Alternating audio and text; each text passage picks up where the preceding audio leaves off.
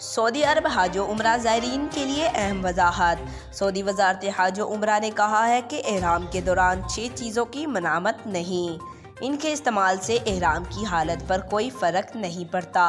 Saudi खबररसा इदारे के मुताबिक वजारत हज और उम्रा ने एक्स अकाउंट पर एहराम की हालत में इन अशिया के हवाले से वजाहत की कि चश्मा, अंगूठी और घड़ी पहनना, छोटा बैग, करेंसी रखने का पर्स या जिस्म के साथ बांधा हुआ छोटा बैग शामिल है। वजारत हज का मजीद कहना था कि एहराम में नहाने, छतरी उठाने, चप्पल पहनने और जख्म पर पट्टी बांधने की भी मनामत नहीं है।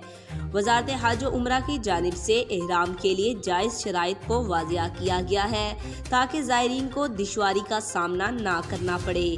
आज तक के लिए इतना ही। जाते जाते आपसे गुजारिश है, वीडियो को लाइक करें, चैनल को सब्सक्राइब करें, दी के बेल आइकन को दबाएं और कमेंट में अपनी राय का इज़हार ज़रूर करें।